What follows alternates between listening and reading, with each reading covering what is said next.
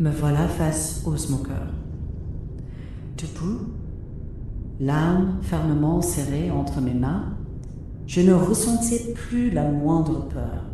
J'étais devenue une guerrière prête à tout pour protéger ceux qu'elle aimait. Alors, bande de vermine, vous êtes venu jusqu'à moi? Vous osez pénétrer dans mon royaume pour me défier? Vous pensez réellement avoir la moindre chance? Je suis venu ici pour mettre un terme à ton règne, Smoker.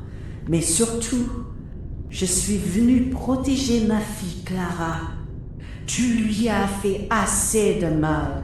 Tu as assez semé la peur et la mort autour de nous. Aujourd'hui, tout s'arrête ici. Je vais t'exterminer une bonne fois pour toutes et libérer Clara de ton emprise.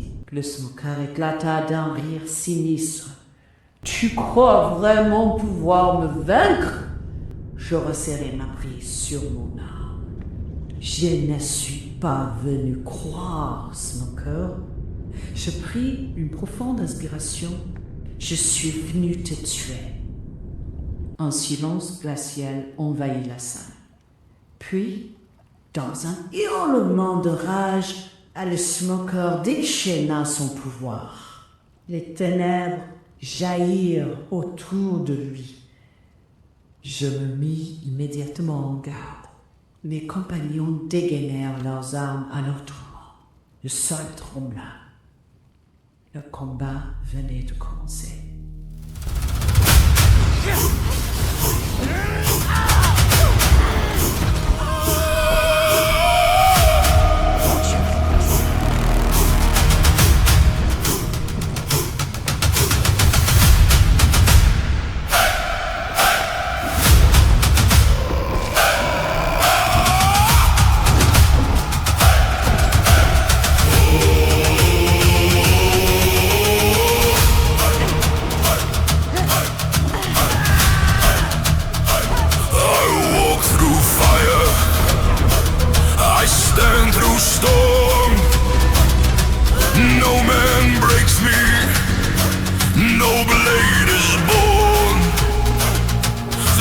Runs deep inside my veins.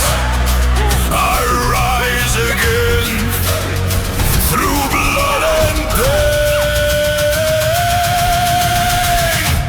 I am fighting. I am Wolf, son of Odin, thunder of Thor, blood of Tyre, fire of Freya.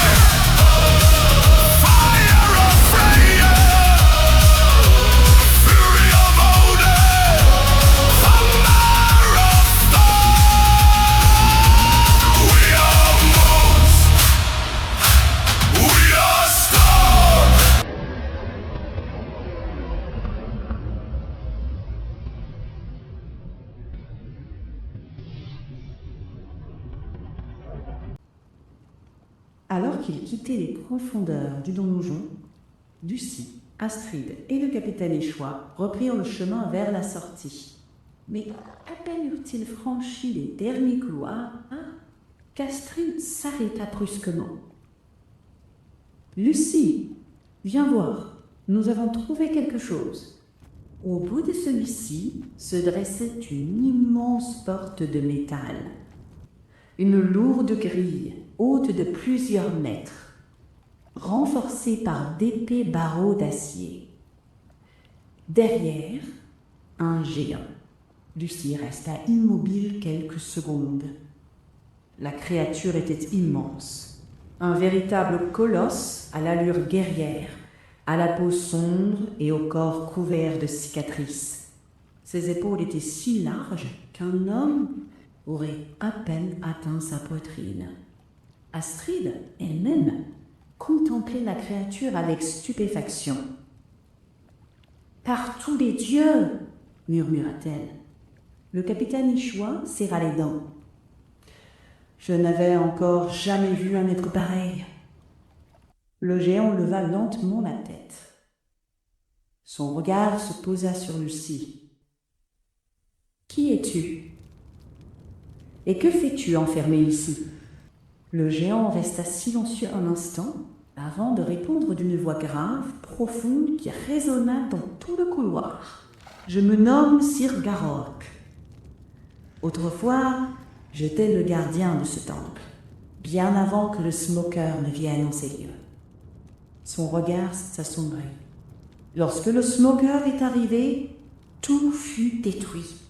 Le temple fut profané. Les miens furent massacrés. Guerriers, gardiens, familles, personne ne fut épargné. Je suis le dernier. Un silence pesant s'installa.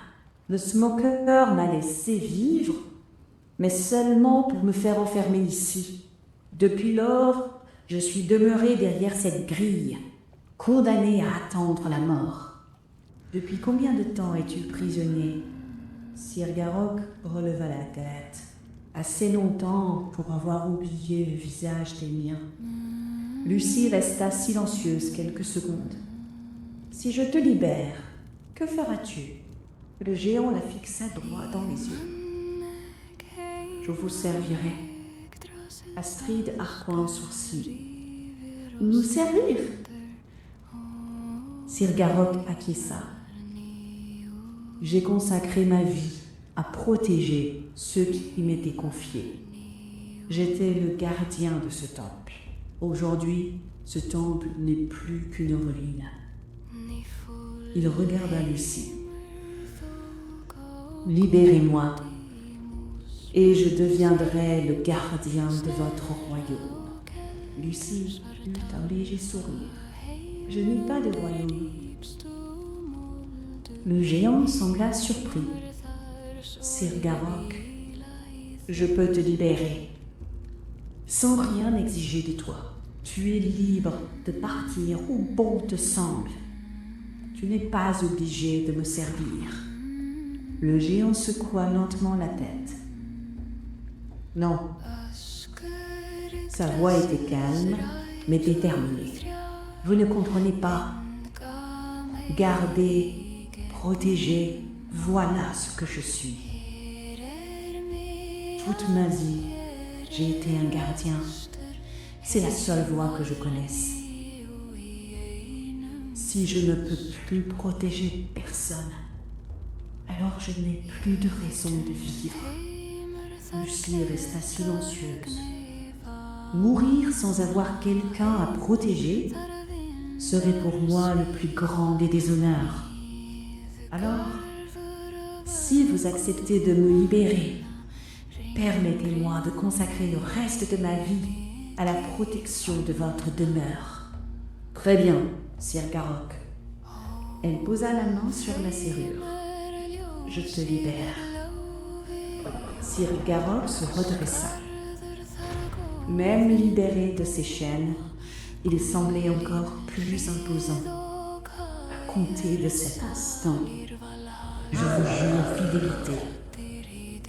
Il marche avec nous. Ainsi, Après des années d'emprisonnement et de solitude, Sir Garrock quitta enfin le donjon. L'ancien gardien du temple venait de trouver une nouvelle demeure.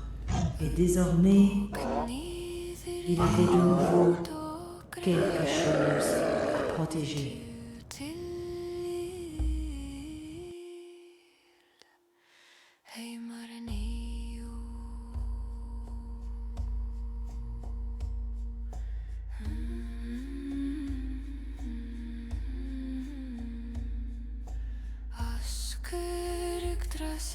Rætur þrjár, vind gaf mig því gegn